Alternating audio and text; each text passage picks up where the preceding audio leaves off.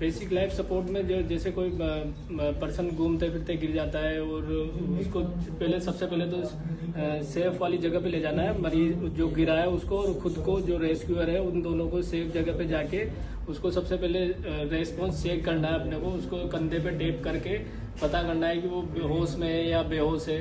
अगर वो रेस्पॉन्स नहीं कर रहा है तो कॉल फॉर हेल्प के लिए कॉल करनी है। आसपास जो भी लोग हैं वो आपके हेल्प के लिए आ जाएंगे। फिर उसके बाद अपने को एक इमरजेंसी सिस्टम एक्टिवेट करना है जो कि मोबाइल ऐप के थ्रू कर सकते हैं अपन। उनको एडी और इमरजेंसी इक्विपमेंट आने के लिए बोलना है। फिर उसके बाद अपने को कैरोटिड पल्स और उसकी ब्रीदिंग जो है सांस वो दोनों चेक करनी है। अगर पल्स और ब्रीदिंग दोनों को अपने को 10 सेकंड के अंदर अंदर चेक करना है। अगर उसकी सांस प्रेजेंट है और ओनली पल्स नहीं है तो फिर अपने को उसको सीपीआर देना है। अगर दोनों प्रेजेंट है, सांस और पल्स दोनों प्रेजेंट है, तो उसको रिकवरी पोजीशन में लेटा देना है। और अपने जो इमरजेंसी सर्विसेज जब तक नहीं आ जाती तब तक अपने को उसको लेटा के रखना है और हर 2 मिनट में उसकी पल्स और सांस चेक करनी है। अगर उसकी पल्स प्रेजेंट है और सांस नहीं ले रहा है तो उसको रेस्क्यू ब्रीथ देनी है अपने को। हर 6 सेकंड में एक रेस्क्यू ब्रीथ देनी है, हर 1 मिनट में 10 ब्रीथ देनी है और हर 2 सेकंड में उसकी पल्स चेक करनी है। अगर विद इन 2 सेकंड या उसके बाद उसकी पल्स बंद हो जाती है तो अपने को सीपीआर करना है।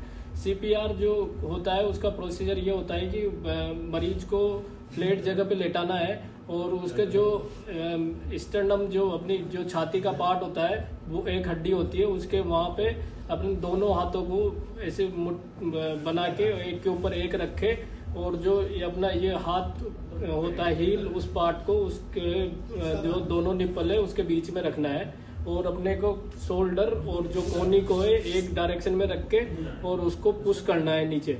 और जो कंप्रेशन होता है वो 30 कंप्रेशन और 2 सांस 30 बार कंप्रेस करना है और बीच में 2 बार सांस देनी है। ये रेशो करना है और 1 मिनट में अपने को कम से कम 100 से 120 कंप्रेशन देने हैं उसको। और जो कंप्रेशन की जो छाती दबाने की जो दर रहती है वो 100 से 120 रहनी चाहिए। उसकी जो डेप्थ है वो कम से कम 5 सेंटीमीटर या 2.5 इंच होनी चाहिए या फिर 1/3 डायमीटर जो चेस्ट उसका है उसकी डायमीटर रहना चाहिए। और 2 मिनट तक वो कंप्रेशन देना है और उसके बाद फिर से वापस से अपने को पल्स और सांस चेक करनी है। अगर उसमें से दोनों में से कोई सी भी प्रेजेंट है, अगर पल्स आ रही है तो फिर अपने को ब्रीथ देना है और दोनों नहीं आ रही तो फिर कंटिन्यू रखना है सीपीआर। और हर 2 मिनट में वो जो सीपीआर देने वाला बंदा है वो चेंज होना है क्योंकि वो थक जाता है। 2 मिनट में कंप्रेशन देते हैं तो वो थक जाता है।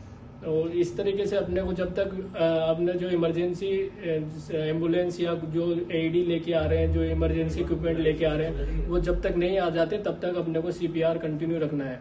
और इस बीच अगर उसको होश आ जाता है या कुछ तो उसको रिकवरी पोजीशन पे लेटा के और एम्बुलेंस आने के बाद उसको शिफ्ट करना है।